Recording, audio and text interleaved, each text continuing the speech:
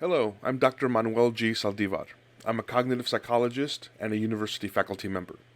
On this channel, I focus on ideas and concepts that will help you become more successful as a college student. Please join me for today's episode.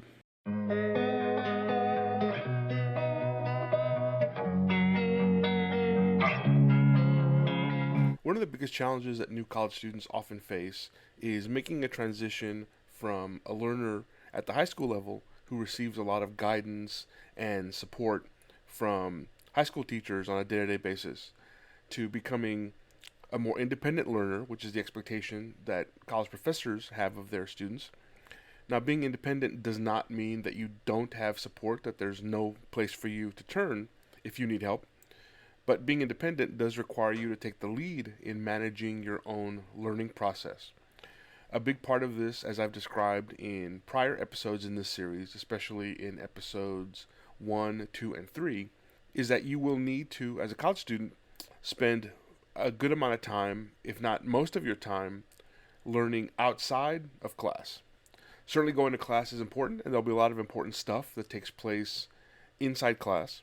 But nonetheless, you will need to spend a good amount of time learning on your own, or at least taking the lead on learning on your own outside of class. And that's the topic of today's episode.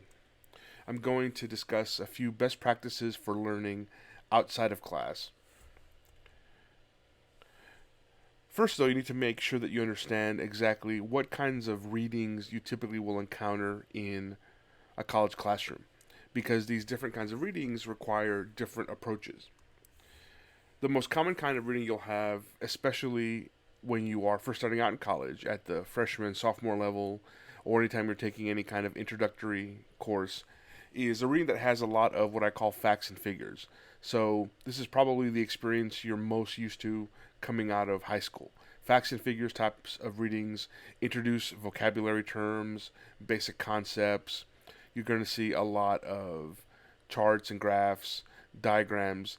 The point of these kinds of readings is to help you get a grip on some set of ideas. Again, these will be most common at the introductory level because when you're first starting out learning about chemistry or U.S. history or psychology, and by first starting out, I mean first starting out at the college level, certainly you may have had some exposure to some ideas, some concepts at the high school level, but when you're at the college level, you're going to be needing to take your knowledge, your abilities to a much higher level.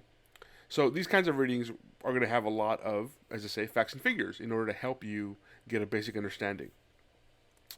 The other kind of readings that you're typically going to encounter in college are case studies. This is a term that I'm going to use. Different professors may call these case study type readings something different.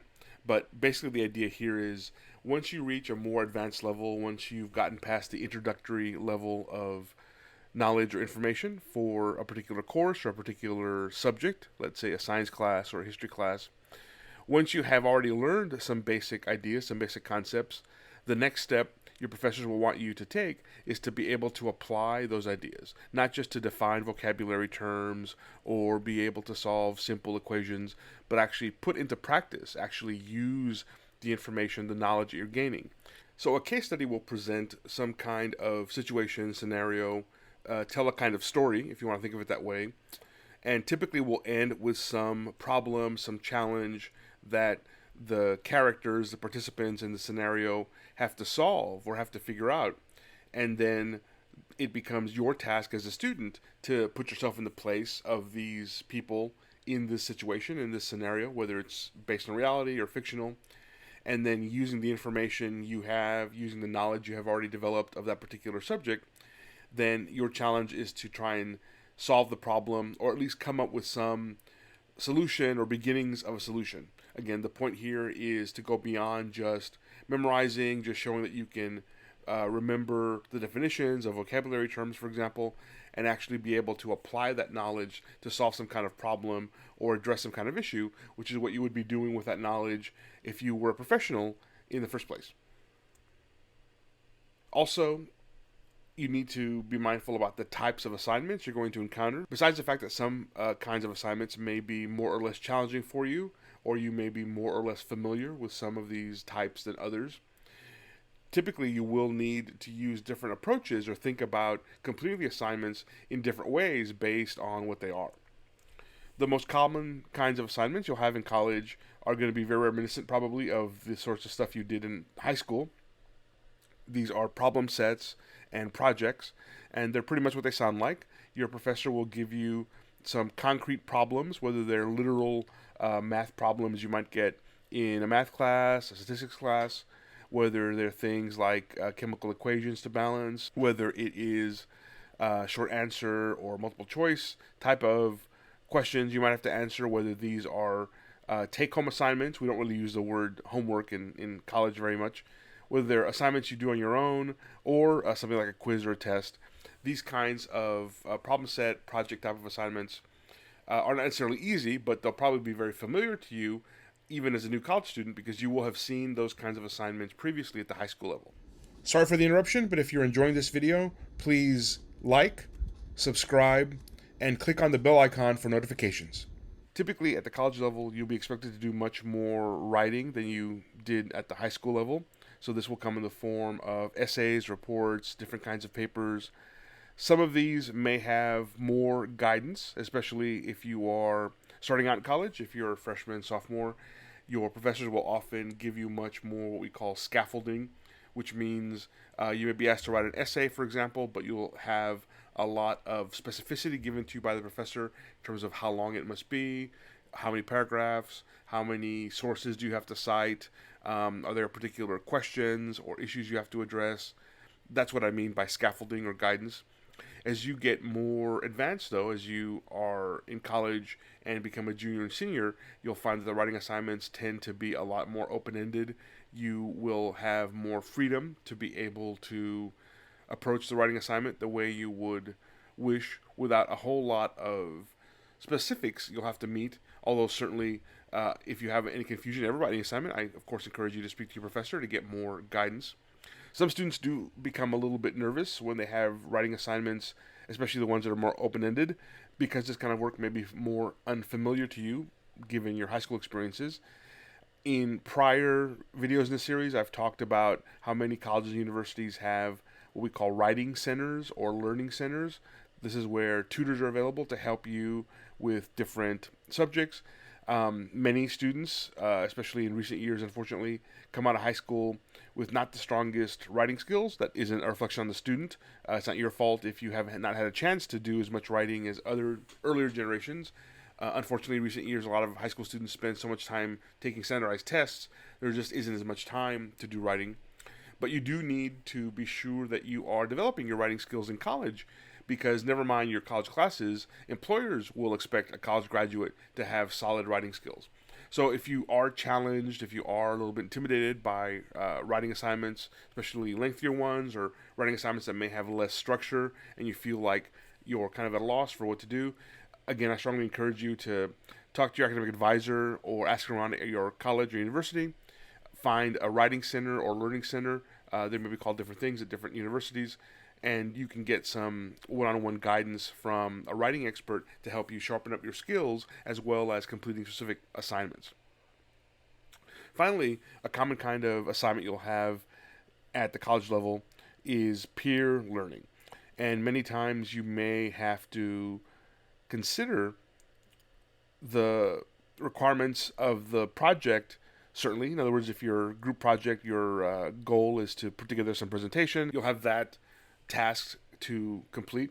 But also realize that one of the reasons you're typically doing group work is because your professors want you to develop your communication skills. That's part of coming through college as well. I know a lot of students, at least in my own experience, but also from some research that I've read, often don't like group work. A lot of students come into college having gotten burned by group assignments at the high school level, so I can understand having some concerns about that or feeling like, is this really a productive use of my time? It is difficult sometimes if you don't have a lot of experience working in groups to get into that mode, but just be aware, again, in most cases, many particular career paths or professions will demand a lot of group work. So your professors are not just making up group assignments because it amuses them. It's because you're meant to develop your communication skills, your ability to work with others in groups, as well as learn whatever stuff it is you're supposed to learn to complete the specific assignment. In other words, if your project or your task in, let's say, a business class is to come up with a marketing plan, then certainly part of what you're learning is about marketing in this example, but part of what you're learning too is also going to be the ability, the skills it takes to communicate with, to work with other people in a group. So for all these kinds of assignments, as challenging as some of them may be, again, be aware that you're not in this alone. If you ever have any questions or concerns, I encourage you again to speak to your professor.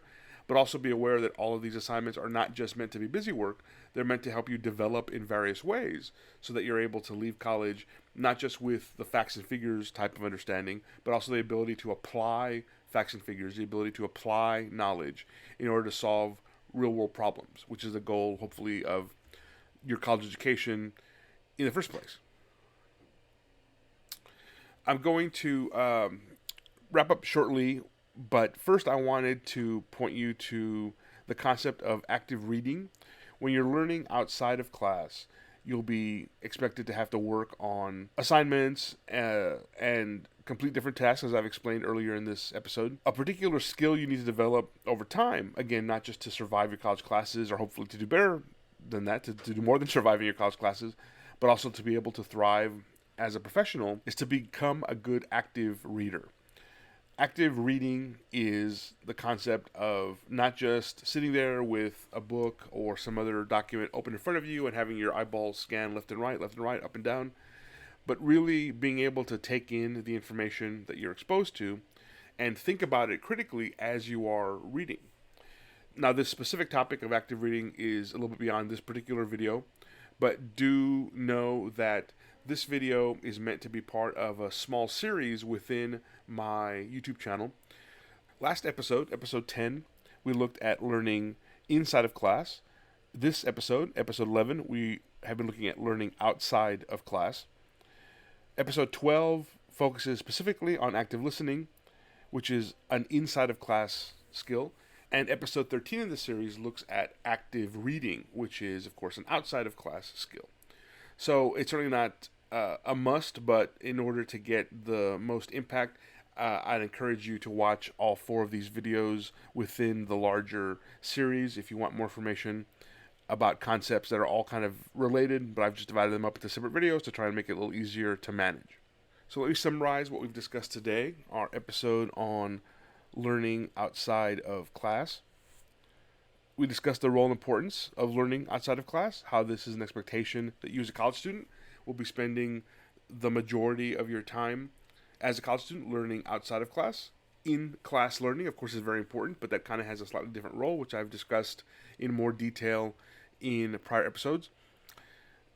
You've got to understand the different kinds of readings that you'll be expected to do because you will be doing this reading for the most part on your own outside of class. We have facts and figures readings as well as case studies type of readings. And then also discuss the types of assignments you can expect to see as a college student because, again, you'll be working on these assignments for the most part outside of class. Problem sets and projects are probably the most common kind. You'll be most familiar with them because of your high school experiences.